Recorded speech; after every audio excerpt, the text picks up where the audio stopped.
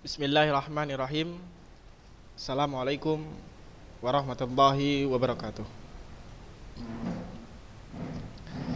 Innal hamdalillah nahmaduhu wa nasta'inuhu wa na'udzu billahi min sururi anfusina wa min sayyiati a'malina. May yahdihillahu fala mudhillalah wa may yudlil fala hadiyalah. Wa asyhadu an la ilaha illallah wahdahu la syarikalah wa asyhadu anna Muhammadan abduhu wa rasuluh la nabiyya ba'da. Puji syukur kehadiran Allah Subhanahu wa taala yang sampai saat ini masih mengukuhkan keimanan kita kepada Allah Subhanahu wa taala, dan juga sampai saat ini masih memberikan kita kesehatan, baik itu kesehatan ruhani maupun kesehatan jiwa kita. Di saat dunia sedang dilanda oleh COVID-19, Masya Allah, kita masih dihindarkan oleh pandemi corona tersebut. Begitu pula mudah-mudahan kita tetap berada di dalam lindungan Allah Subhanahu wa taala. Salawat dan salam kita sampaikan kepada Nabi Muhammad SAW, keluarga, dan para sahabat yang berkat beliaulah Islam sampai kepada kita. Dan itu merupakan nikmat yang paling utama. Masya Allah. Tayyib, pada pembelajaran hari ini kita masih pada pembahasan yang ada di bab 4, yakni tentang cerita pendek, ya. Cerita pendek halaman berapa dia?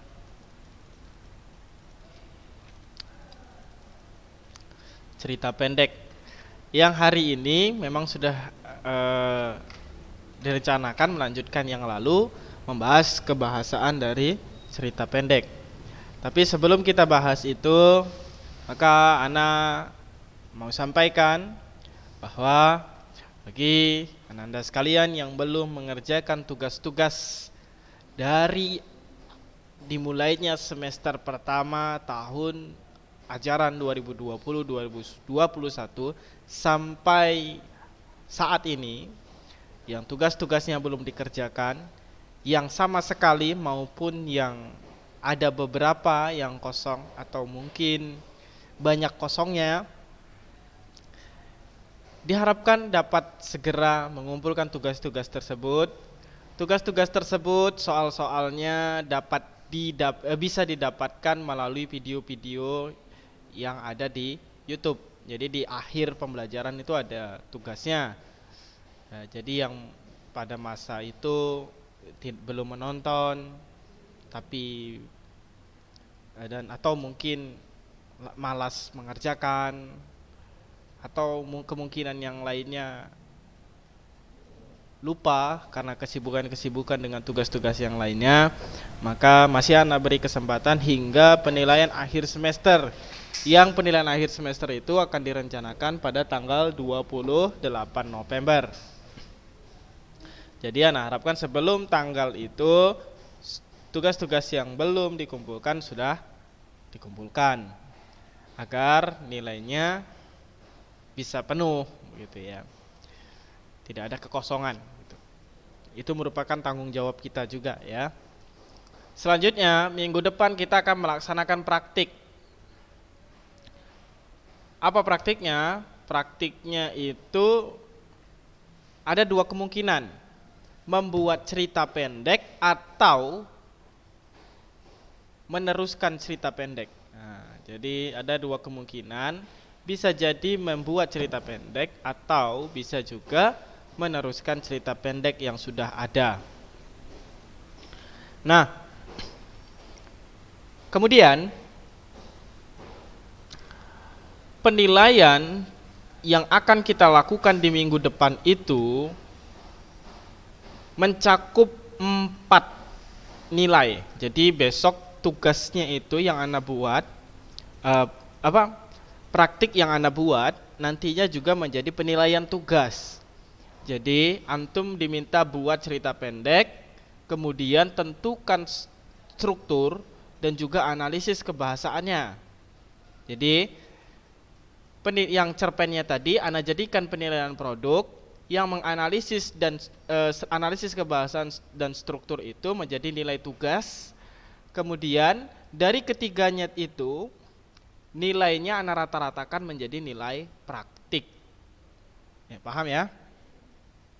Jadi minggu depan tugasnya itu sekaligus menjadi praktik. Ada 4 nilai yang Anda masukkan langsung sekaligus.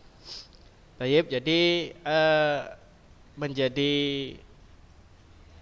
peringatan bagi anak-anak sekalian bahwasanya yang minggu depan itu sangat penting untuk diikuti dan dikerjakan.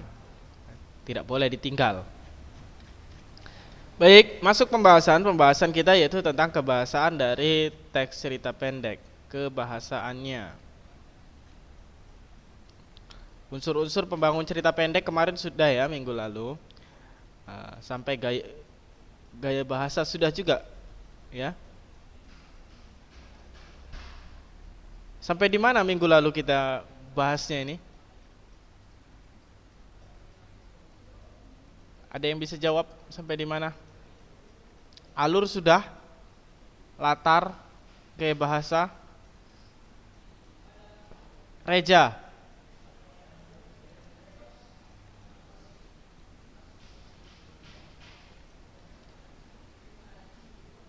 Haikal.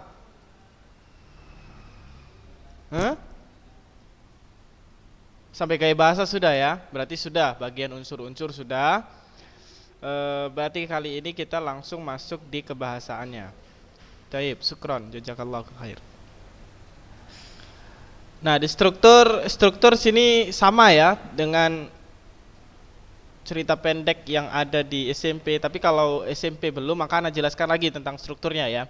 Jadi struktur dari cerita pendek ini hampir sama dengan cerita pendek yang dibahas di SMP, cuman ada tambahan kalau di SMA ini. Di SMA ini ada yang namanya koda. Nah,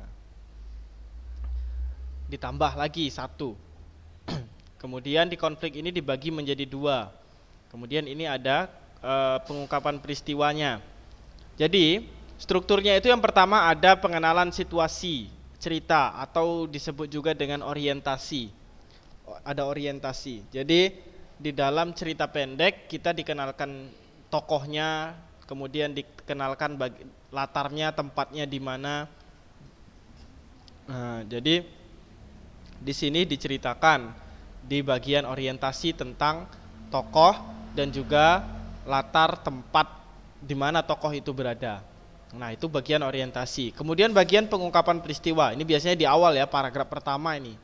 Nah, di cerpen ini di paragraf pertama, di bagian pengenalan situasi. Nah, kemudian pengungkapan peristiwa atau komplikasi. Nah, ini kan struktur ya. Nah, bagian komplikasi ini bagian mana? Komplikasi itu adalah peristiwa awal mulai timbulnya berbagai masalah. Nah, jadi masalah-masalah yang mulai muncul itu merupakan pengungkapan peristiwa atau rangkaian peristiwa, complication. Kemudian setelah complication atau rangkaian peristiwa itu terjadi, maka masalah-masalah tersebut pastinya punya konflik, punya masalah utama. Masalah utamanya itu terjadi di sini, rising action. Jadi menuju pada konfliknya yang menjadi sorotan utama. Kemudian konflik tersebut pasti punya puncak, punya klimaks ya. Nah, puncak dari permasalahan tersebut. Nah, jadi masalah yang paling besarnya di dalam sebuah cerita pendek itu disebut dengan konflik yang menuju puncak atau klimaks. yang menentukan akhir dari permasalahan. Apakah tokoh itu mati atau tokoh itu jatuh cinta, pingsan, dipenjara dan lain sebagainya. Nah, ini menjadi puncak konflik. Kemudian dijelaskan ada penyelesaiannya. Penyelesaian ini dibagi menjadi dua seharusnya ya. Yang pertama resolusi dan koda. Dibagi dua. Yang pertama resolusi dan koda. Kalau resolusi berarti bagaimana penyelesaian setelah terjadinya puncak konflik.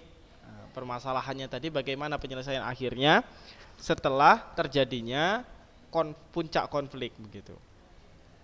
Nah, itu dia bagian penyelesaian atau resolusi. Nah, di bagian kodanya, nah ini koda, harusnya ada bagian lagi yang keenam, koda.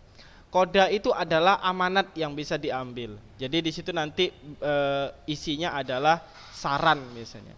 Kritik, saran, amanat di dalam di akhirnya itu.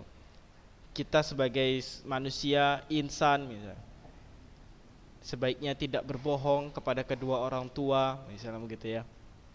Tidak durhaka dan lain sebagainya gitu. Nah, itu di bagian koda. Nah, inilah dia struktur dari cerita pendek. Selanjutnya, nah ini digambarkan begini, pengenalan cerita, pengungkapan peristiwa, menuju pada konflik, puncak konflik, penyelesaian. Digambarkannya seperti ini ya. Naik gitu, naik terus menurun. Nah,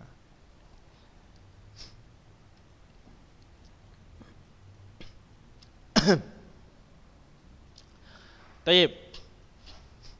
Di dalam cerpen, nah ini masuk ke bahasaannya kita. Di dalam cerpen ada yang berperan menjadi si tukang cerita atau pengarang. Nah, pengarang ini dia punya posisi. Pengarang dia punya posisi.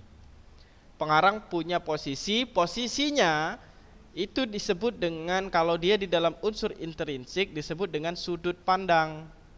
Nah, sudut pandang di dalam cerita pendek itu dibagi menjadi dua, yaitu sudut pandang orang pertama dan sudut pandang orang ketiga. Ya, sudut pandang orang pertama itu ditandai dengan penggunaan kata aku, saya, dan kami. Ya, jadi kalau di dalam cerita pendek nanti ceritanya tadi omongannya aku dan teman-teman pergi ke sungai misalnya itu. Ada kata aku, berarti sudut pandang penceritaannya itu adalah sudut pandang orang pertama. Ya, sudut pandang orang pertama. Nah, biasanya kalau soal yang berhubungan dengan ini, soal-soalnya itu pilihan berganda atau multiple choice. Nanti ada teks, kemudian sudut pandang di dalam cerita tersebut menggunakan sudut pandang orang pertama, orang ketiga, orang kedua, dan lain sebagainya.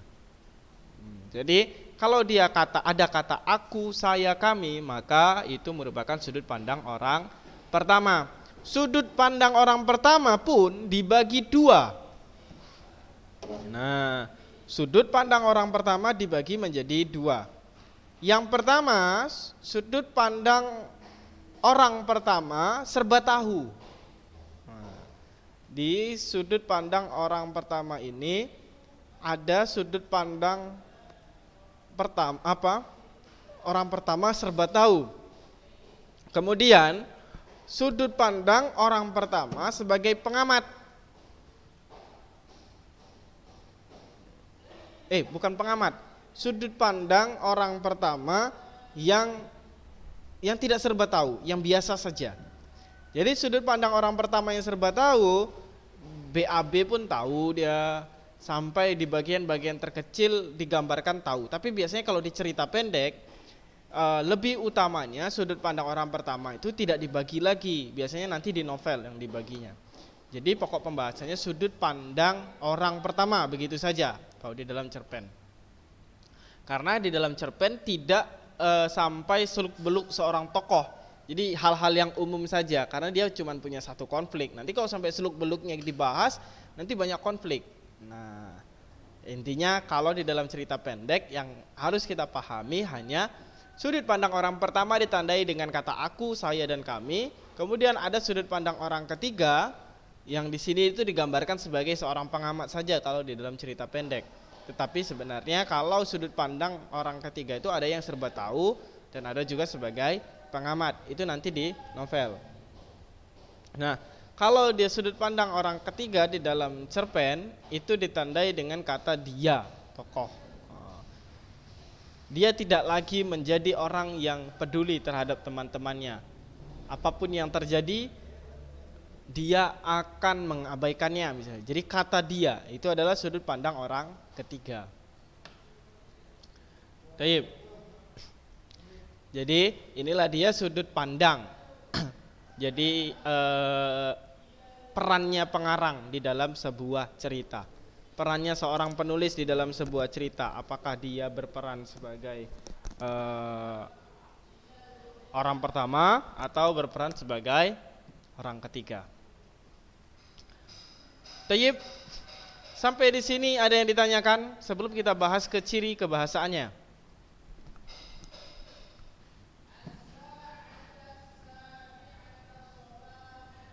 Masya Allah tidak ada yang ditanyakan, berarti sudah paham.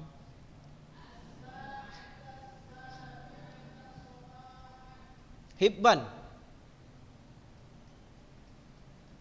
Hibban ada?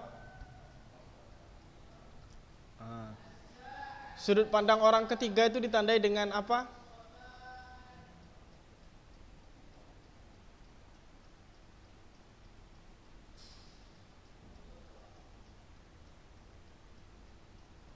Sudut pandang orang ketiga ditandai dengan apa?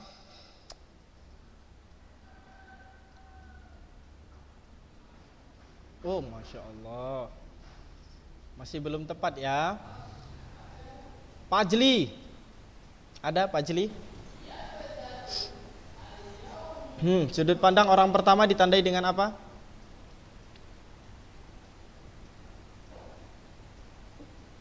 Masya Allah. Ya, tepat ya.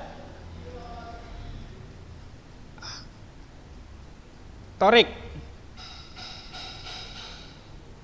Nah, sudut pandang orang ketiga ditandai dengan kata apa? Masya Allah. Ya, tepat ya. Nah, jadi yang belum mendengarkan, jadi dengarkan kembali bahwasanya sudut pandang orang pertama ditandai dengan kata aku, saya, dan kami di dalam cerita pendek. Kalau sudut pandang orang ketiga ditandai dengan kata dia, atau ya terkadang penggunanya kata mereka juga, tapi kalau di cerpen jarang sekali ya. Dia atau mereka. Ia juga ia. Baik, kita lanjutkan di ciri kebahasaan. Ciri kebahasaannya ada 7 yang di sini ada ya. Yang pertama, banyak menggunakan kalimat bermakna lampau, yang ditandai oleh fungsi-fungsi keterangan bermakna kelampauan seperti ketika itu, beberapa tahun yang lalu, telah terjadi begitu ya. Ini penggunaan kata lampau. Penggunaan kata lampau tidak hanya ketika itu, beberapa tahun yang lalu, atau telah terjadi. Pada suatu hari juga penggunaan kata lampau, tetapi tidak ada selama ana membaca cerpen begitu ya, tidak pernah menemukan ada cerita pendek yang diawali dengan kata pada suatu hari. Tidak ada. Jadi yang menggunakan kata pada suatu hari itu biasanya hikayat begitu ya. Kemudian cerita-cerita anak-anak, dongeng begitu ya. Nah, itu yang menggunakan pada suatu hari. Tapi itu juga termasuk makna lampau ya, termasuk kalimat bermakna lampau. Di cerpen tidak ada itu, makanya tidak ada dituliskan di sini pada suatu hari itu. Baik. Kemudian yang kedua, banyak menggunakan kata yang menyatakan urutan waktu. Sejak saat itu, setelah itu, mula-mula, kemudian ya. Sejak saat itu Andi tidak mau lagi berbuat onar. Nah, gitu ya. Jadi sejak saat itu merupakan urutan waktu atau konjungsi kronologis. Setelah itu, mula-mula, kemudian gitu. Itu adalah urutan waktu yang menyatakan urutan waktu. Nah, buat highlight ya. Kalimat bermakna lampau. Kemudian ini contohnya.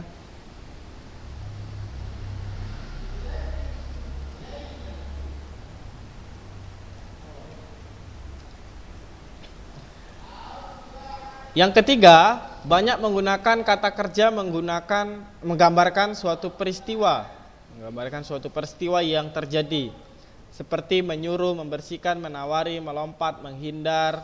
Jadi itu merupakan kata kerja. Kata kerja itu ya wajar ya, kata kerja. Ini lebih pada kata kerja aksi ya. Kata kerja aksi, membersihkan, menawari, melompat, menghindar. Jadi kata kerja yang tampak. Ini merupakan kata kerja aksi. Menggunakan kata kerja. Ya, kalau kata kerja ini bukan hanya ada di cerita pendek ya. Hampir semua teks itu menggunakan kata kerja. Sepertinya tidak logis saja ada sebuah teks yang sama sekali tidak punya kata kerja ya. Pasti punya kata kerja, baik itu kata kerjanya aksi maupun yang bukan gitu. Jadi ini tidak khusus ya, tidak khusus. Jadi ini bisa tidak termasuk ke dalam kebahasaan dari cerita pendek. Jadi tapi kebahasaan yang lazim digunakan pada teks-teks pada umumnya. Kemudian yang keempat,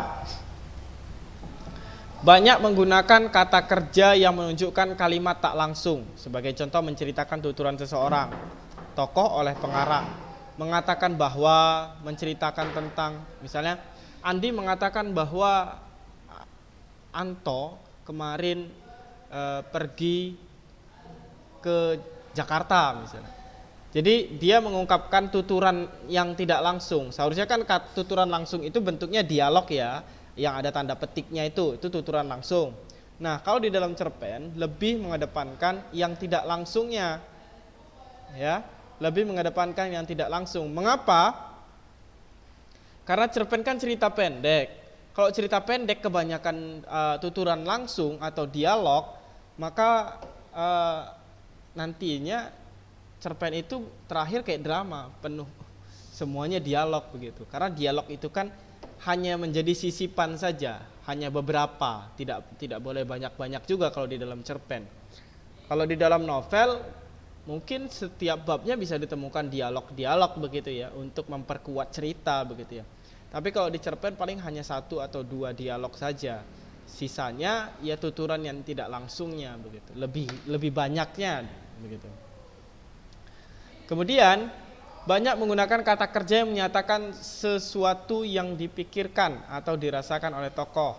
Jadi ini namanya kata kerja mental. Nah, yang ini tadi kata kerja aksi, mana tadi?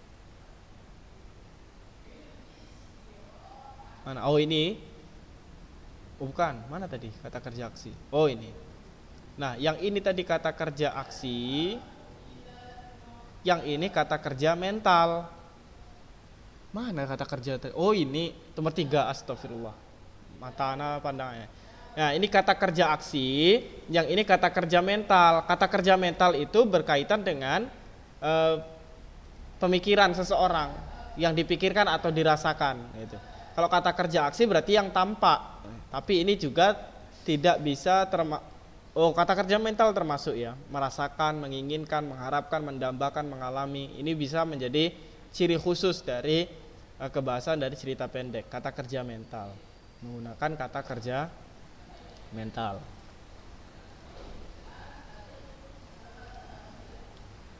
Kemudian yang keenam, menggunakan banyak dialog. Sebenarnya tidak banyak dialog. Lebih tepatnya menggunakan dialog. Ada beberapa dialog di dalam cerpen. Kalau banyak nanti jadinya kayak drama. Drama itu dialog semua gitu ya. Lebih tepatnya dialog ini ada tapi tidak terlalu banyak. Lebih mengarah pada penggunaan kalimat tidak langsungnya dibandingkan yang langsung. Hanya sesekali saja sisipannya. Ya, dialog ya. Dialog pasti tahulah dialog, percakapan antar orang yang satu dengan orang yang lainnya. Nah, itulah dialog. Contohnya begini ya, ada tanda petiknya. Alam berkata, jangan diam saja, segera temui orang itu. Di mana keberadaan temanmu sekarang? Tanya Ani pada temannya. Udah begitu saja. Ini dialog namanya. Menggunakan kata-kata sifat atau descriptive language untuk menggambarkan tokoh, tempat, dan suasana. Nah, descriptive language ini berarti deskriptif itu artinya menggambarkan. Language berarti menggambarkan kebahasaan yang ada di dalam cerita tersebut. Nah, kebahasaannya itu berupa tokoh, tempat, dan suasana. Nah, jadi bagaimana cara menggambarkan suasananya? Misalnya pagi itu Ani terlihat bersemangat.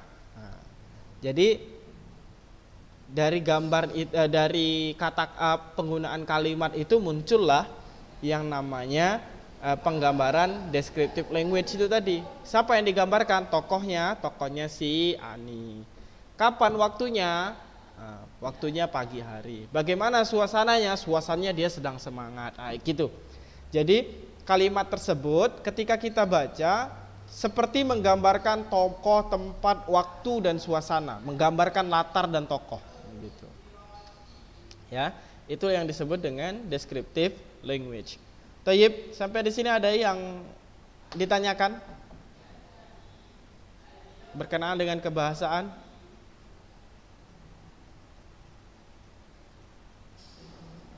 Ada yang ditanyakan?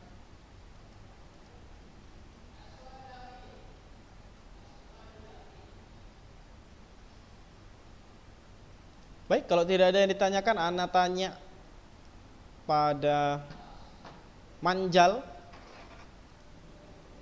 Ada Manjal?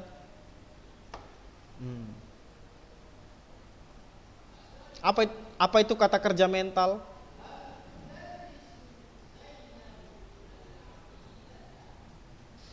Kata kerja mental.